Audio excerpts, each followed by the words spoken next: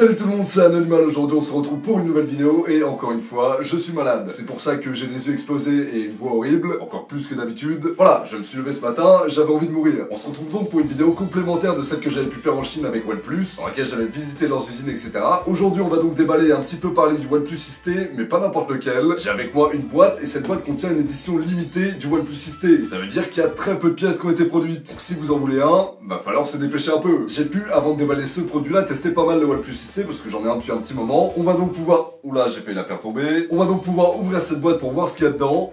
Ça c'est raté. Alors, le téléphone est déjà allumé dans la boîte tout simplement parce que c'est un téléphone qui a déjà été pris en main celui-là. Le téléphone est sorti hier au moment où vous voyez cette vidéo.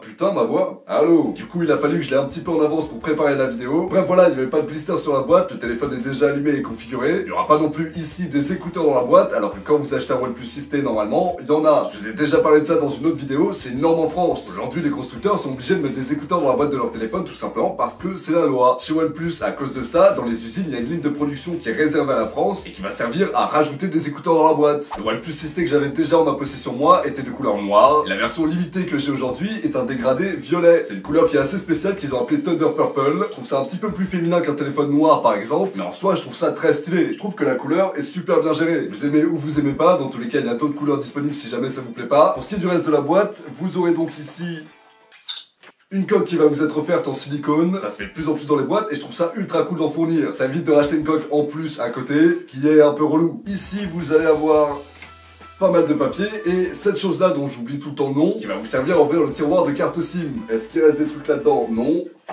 En dessous, vous allez retrouver tout ce qui concerne la charge, donc le bloc de charge évidemment, le câble USB vers USB type C, et le dernier câble que vous allez trouver tout en dessous, c'est un câble USB type C vers jack, tout simplement parce que sur le OnePlus 6T, il n'y a plus de prise jack. Je vais vous expliquer un tout petit peu plus tard pourquoi, mais dans tous les cas, c'est pas ultra dérangeant parce que vous avez ça, qui vont permettre de quand même brancher du jack sur votre téléphone. On va parler un petit peu maintenant du téléphone en soi, en commençant par l'écran, qui a un écran Full HD+, AMOLED magnifique de 6,41 pouces, donc c'est un écran qui est quand même déjà plutôt gros et qui va couvrir la majeure partie de la face avant du téléphone. Le point que vous avez peut-être remarqué, c'est ici de l'encoche. Elle est un petit peu particulière, elle est ultra petite. C'est assez rare de voir ça sur un téléphone, surtout aujourd'hui. Au milieu de l'encoche, vous n'avez pas 36 000 capteurs, il y a simplement l'objectif, ce qui permet de réduire énormément sa taille et faire en sorte qu'on ait une toute petite encoche. Et juste au-dessus de l'objectif, vous allez avoir un haut-parleur pour quand vous téléphonez qui est ultra petit et ultra bien placé. On le voit presque pas.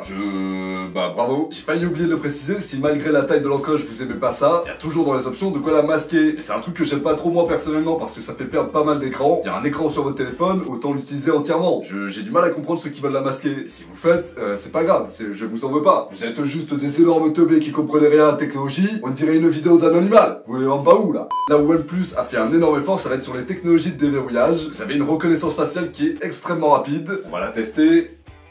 Voilà, après c'est une reconnaissance faciale qui va se faire via la caméra de base, ça va pas être des capteurs qui ont été rajoutés pour ça, etc. Du coup ça fonctionnera pas dans le noir, c'est pas un souci. Parce que de l'autre côté, et vous l'avez peut-être remarqué, il n'y a pas de capteur d'empreinte digitale. Le capteur est sous l'écran. C'est une technologie qui est assez rapide sur le OnePlus 6T, il y a d'autres smartphones qui font déjà ça, et honnêtement c'est le meilleur que j'ai pu tester. C'est le plus rapide et le plus fiable. Quand vous recevez d'ailleurs le OnePlus, vous avez un film de protection qui est déjà appliqué sur l'écran, et la reconnaissance digitale fonctionne quand même. Donc, si vous voulez rajouter une protection en verre trempé par exemple pour protéger votre téléphone, ce qui est en soi une très bonne idée, et bah vous pouvez le faire, ça va pas du tout déranger pour la reconnaissance digitale. Sur le côté droit du téléphone, vous aurez donc un bouton verrouillé et un bouton qui va vous permettre de changer rapidement votre type de sonnerie. Vous avez normal, vibration et silencieux. Et de l'autre côté, vous allez pouvoir gérer le volume. Pour tout ce qui est objectif photo et tout ce qui est hardware à l'intérieur du téléphone, ce sera la même chose que sur le OnePlus 6, qui est la version précédente à ce téléphone, mais tout va être ultra boosté de manière logicielle. Vous avez deux capteurs photo ici qui vont vous permettre de faire un mode portrait, et le mode portrait va être plus performant que celui du OnePlus 6 par exemple, alors que les objectifs sont les mêmes. Pareil pour les photos de nuit qui ont été boostées x 1000, ça rend beaucoup mieux qu'avant. Il y a d'ailleurs un mode nuit sur le téléphone. Vous pouvez aussi filmer sur ce téléphone jusqu'en 4K 60 fps. Les photos sont ultra propres de base. C'est vraiment pas dégueu. Je vous en ai pas encore parlé, mais selon moi, ce téléphone, c'est un des meilleurs qui puisse exister en termes de rapport qualité-prix. Vous pouvez le trouver à partir de 559 € pour la version 6 Go de RAM, 128 Go de stockage. Vous pouvez après choisir de prendre une version à 8 Go de RAM, 128 Go de stockage ou 256 Go de stockage, qui sera évidemment un poil plus cher. Pour ce qui est de la batterie, elle est très bonne aussi, elle va tenir assez longtemps. C'est une batterie de 3700 mAh. Si vous êtes vraiment pas bourrin, vous pouvez espérer vous servir de votre téléphone pendant presque 48 heures. Et c'est énorme. Si après vous l'utilisez vraiment très souvent, ce sera plus un jour et demi, et ça reste très bon. En plus de ça, vous avez comme d'habitude sur le téléphone OnePlus une charge ultra rapide, et cette recharge rapide, elle permet de recharger 60% du téléphone en 30 minutes. D'ailleurs, en parlant de la batterie, c'est en partie pour ça qu'il n'y a pas de prise jack sur le téléphone. Sur le OnePlus 6, il y avait une prise jack, mais la batterie qu'il y avait à l'intérieur du téléphone tenait un peu moins longtemps, et était en vérité un peu moins grosse aussi. Ça, et le fait qu'ils aient dû incorporer un capteur d'empreinte digitale sous l'écran, ça fait qu'il n'y a plus de place pour la prise jack. Désolé, la roue tourne. Pour ce qui est des performances de ce téléphone, tout va être ultra rapide là aussi. Ça dira certainement pas grand chose à la plupart d'entre vous, mais pour ceux que ça intéresse, c'est un Snapdragon 845 à l'intérieur. Vous pouvez faire tourner absolument tous les jeux que vous voulez dessus, même le plus violent, et c'est le but. C'est un smartphone qui est vraiment fait pour les performances. Il y a même une option de gaming dans le téléphone, qui va vous permettre par exemple de réduire ou de masquer les notifications pendant que vous êtes en train de jouer. Si vous jouez à un FPS et que vous avez une grosse bulle Messenger qui apparaît en plein milieu d'écran, ça peut vous amener à rager un petit peu. Et cette option, elle est faite pour ça, pour faire en sorte que les gens qui sont habitués à jouer sur leur téléphone soient dans les meilleures conditions possibles. Merci OnePlus, tiens le Sam, vraiment tu régales. Je vais pouvoir jouer à Barbie 3D sans aucun souci. Personne ne va me casser les couilles. J'ai complètement oublié de vous parler de l'appareil photo de la face avant du téléphone. Du coup, je vais prendre un petit selfie. Voilà, et ben c'est la pire photo de moi, mais au moins vous voyez à quoi ça ressemble. Nickel. J'espère en tout cas que cette vidéo sur ce smartphone vous aura plu. Si jamais vous voulez avoir d'autres informations sur ce téléphone, vous avez un lien en description. Mais vous allez aussi avoir la vidéo de Romain de la chaîne Tech News et Test qui sort demain, avec qui j'ai travaillé pour toutes ces vidéos OnePlus. Je suis parti avec lui en Chine pour OnePlus, etc.